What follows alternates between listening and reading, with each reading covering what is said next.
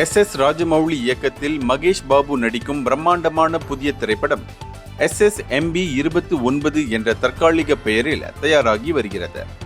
ஆப்பிரிக்க நாடான தன்சானியாவில் படப்பிடிப்பு தொடங்கவுள்ள இந்த திரைப்படம் இந்தியாவிலேயே சுமார் 1000 கோடி ரூபாய் செலவில் உருவாகி வருகிறது. சஞ்சீவனி மூலிகையை தேடிச் செல்லும் கதாநாயகன் எதிர்கொள்ளும் சவால்களை மையமாக கொண்ட இப்படத்திற்காக மகேஷ் பாபு 6 மாதங்கள் பயிற்சி பெற்றுள்ளார். 100 பேர் கொண்ட பிரம்மாண்ட சண்டை காட்சிகள் அடுத்த மாதம் படமாக்கப்படவுள்ள நிலையில் அதற்கான ஒத்திகைகள் ஐதராபாத்தில் நடைபெற்று வருகின்றன.